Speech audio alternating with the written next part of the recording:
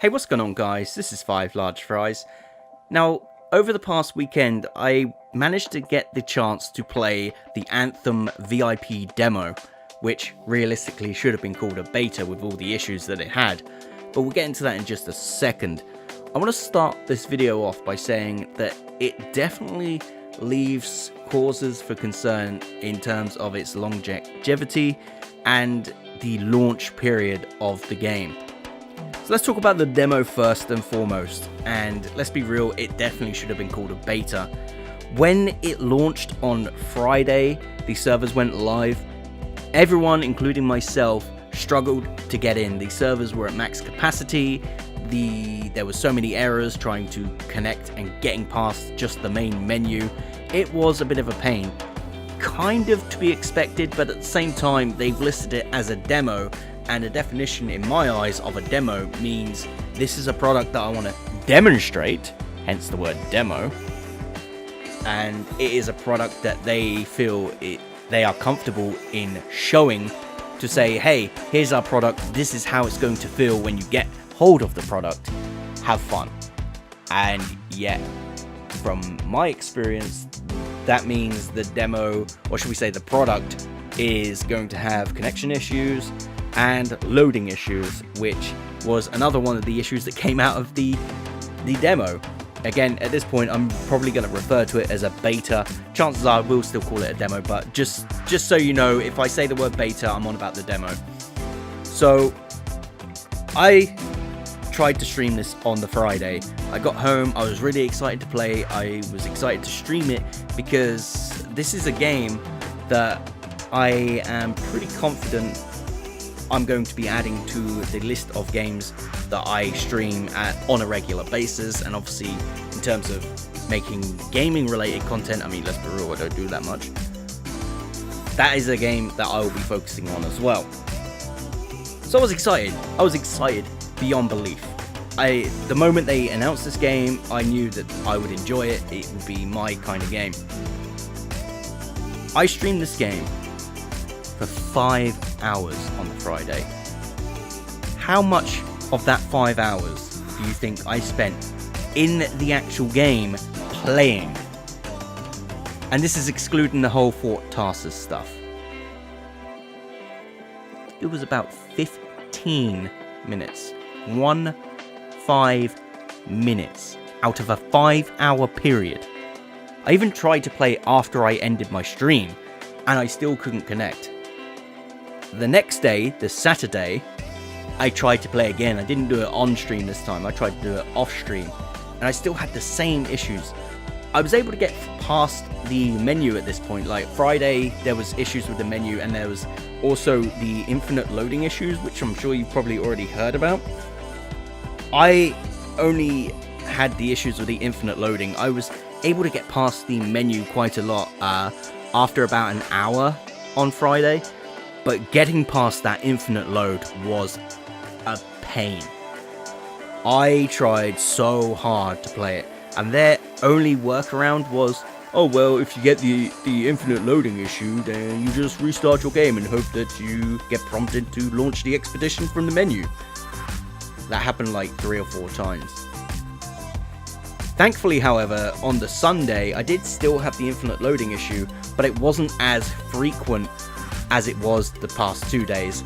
But obviously the Sunday, the servers closed that day, so I didn't really get that much time to play, which is a bit of a shame. But I managed to get more time to play it on that Sunday than I did the previous 2 days. So I generally think, going into it, they did say on Twitter that they are working on this infinite loading issue. They are definitely working on the server capacity. Now, this weekend, there is the open demo, or the open beta, depending on what you want to call it. Hopefully, that works a lot better than the VIP one. Now, the issue, again, that I have with the VIP demo, and the fact that it didn't work, is that people pre-ordered to get into that demo. It was a pre-order exclusive demo, which means chances are you most likely had to pay to get into that demo. So it was a paid for demo that did not work. Now, you're probably thinking, oh well, I'll stop being a little idiot. I'm going to use the word idiot because I don't really want to stream. Not because, oh, monetization, demonetized. I don't get monetized on this video. Fuck it. There we are. Not because I was a bitch and going, oh yeah, no, you know, or you're paying for a demo kind of thing. That's not the case. The case is, like, there are people who probably pre-ordered the game on, say, the PlayStation Marketplace or the Xbox Marketplace, where the money comes out straight away. Especially, I know on PlayStation, immediate payment is required. So, chances are people paid a lot of money to get into this demo, and it didn't fucking work. And that is a huge issue. That is huge. Whether or not you think that or not, that is a huge issue. Now, granted, obviously, if you're pre-ordering from places like Amazon, you can pre-order and they don't charge you until the game is dispatched, so you don't really pay for the demo in that respect, but you are still committing to a purchase either way. So, whatever way you want to think about it, it was a paid-for demo, and it didn't work. And that is a big issue. That is a big issue. Now, I hope that when the open beta, the open demo comes out, which is coming out in a couple of days' time, I genuinely do hope that the servers are going to work. That is one of the main concerns, especially going into retail launch.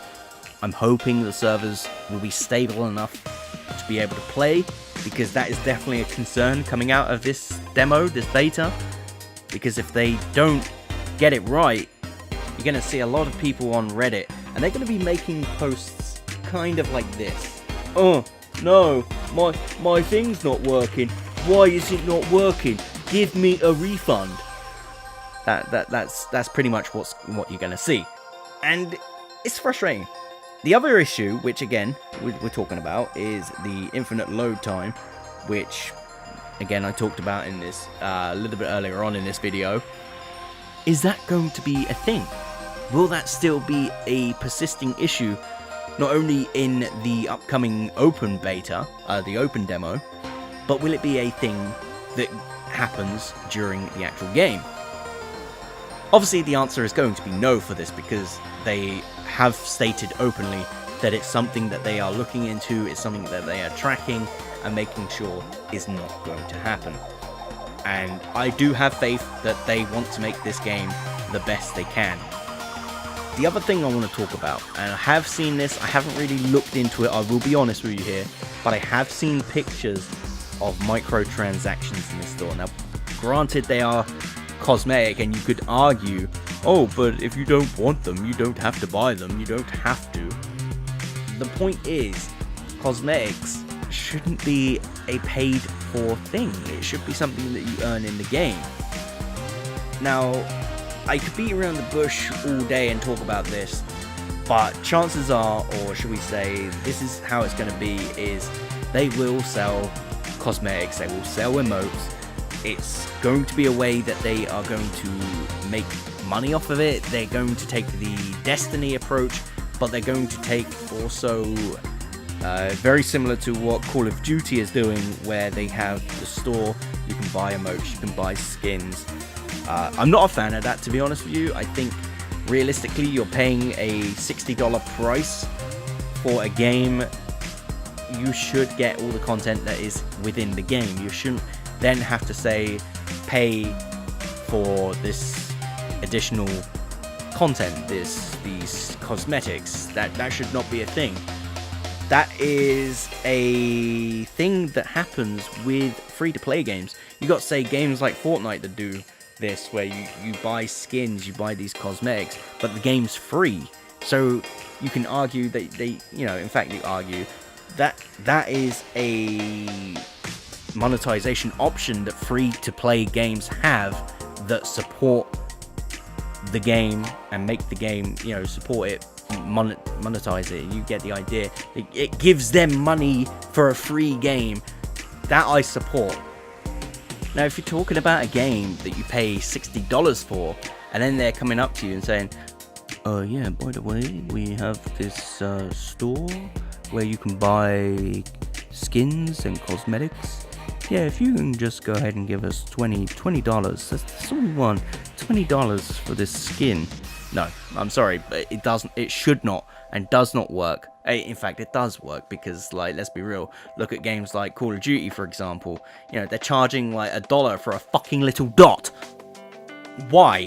Why has this become the industry standard? Why is it that you're charging money for something that should have been in the game anyway as a cosmetic? I mean, I know times change and things like that, but surely that should be really bad practice. Like, if you want to unlock a skin, maybe you have to do a certain challenge in the game to unlock it. Give you a sense of accomplishment for unlocking a new skin, maybe a new paint color. Give you something like a reward for your time investment, not a monetary investment. A monetary investment in a game that you pay $60 for would be, and I know this is something that people hate, but season passes. I mean, season passes, yes, it is pretty much pre-ordering DLC. That is what it is, and you do get it at a little bit of a cheaper price, and that has become a bit of an industry standard now. But it's something that I would much rather support versus this whole, hey, we've got this little different javelin that you can look at, this emote that you can only get through the store. Give us money for this little emote. No, I'll give you money for an expansion that maybe contains these emotes if they are like a bonus. So you buy an expansion which is like new story, maybe it'll give you new weapons to unlock, and then new customization options within that expansion. Yeah, sure, I would give you money for that. No problem, because it is an expansion. It's a direct expansion. But I could argue and talk about cosmetics all day, but I fear that at some point they are going to go and say, oh yeah, see this really overpowered weapon? Yeah, give us money for that. I genuinely fear that this will be the case going forward in these types of games. Now, granted, they probably won't do that, and I honestly, that's my desk right there. I'm touching it because it's made out of wood, so I touch wood. Take that out of context, I fucking dare you. That they don't put paid for weapons in the game. I really hope they don't. That is a concern that I have when I saw this monetization option of skins and cosmetics. I don't support it in a $60 game, but I will support it to an extent in free-to-play games. And when I say to an extent, like if it's a game, say like Fortnite, for example, and because they make a lot of money, right? Let's be real. But with the game, if I was to strictly play it free-to-play, I'm getting a lot of entertainment for nothing, right? So sure, I'll probably spend a little bit of money and support them by purchasing a cosmetic. That's how the free-to-play market works. So that's my concern with the marketplace, the microtransactions in the game. Are they eventually going to make it pay to win, where really overpowered weapons will be sold for a actual real-world price? Hopefully not. I don't think they're silly enough to do something like that, and it's probably just me being very skeptical. The last concern that I have with this game is the amount of content that's going to be in it at launch. Is there going to be enough to keep the hardcore player base satisfied? I honestly don't think there will be. Now, this is again from a very critical standpoint. I really do hope that I am wrong. I'm very hopeful that I'm wrong. But chances are, and I have this gut feeling I'm going to be right, because for one, they've stated there is no PvP, which is something that kept a lot of the Destiny player base satisfied to some extent. When there was no content, they could just jump into PvP, and that would be something to enjoy. Whereas with this, it is strictly PvE. It's going to be however many players it is in a squad, and that is it. That is it. You have no PvP elements. So I'm hoping there will be enough at launch to keep people satisfied, because otherwise what will end up happening is the hardcore player base that have all the time in the world and are able to sink in so many hours will end up completing the game very quickly, have nothing to do, and then move on and not come back. That will be what happens, and I hope that's not the case. What I feel they will end up doing is they'll have similar to like raids in Destiny. I feel like they'll have something like that will be time gated, and maybe they'll have quite a fair bit of time gated content that will come out at certain points during its lifespan, and then obviously when the DLCs come out, the expansions, then they'll have that to do as well. I hope that there is enough content in this game to keep people coming back for more, considering as well that this is a game that I want to focus a lot of time in terms of streaming and making content. That is a big concern for me, because if people get bored within the first month, then, well, you understand what the consequences are of that. The game will end up dropping and not being as successful as people want it to be. But that's a story for another day. So they are my main concerns going forward with Anthem. And I know this was a bit of a long video, but if you got all this way, hit the like button. Also hit that like button if you share the same concerns. Let me know in the comments as well what concerns you have going forward with this game. Hopefully this game turns out to be great. I have a lot of faith in Bioware, and that's pretty much it. That's the end of this video, guys. So thank you very much for watching. Hit the subscribe button if you are new, and I'll see you next time.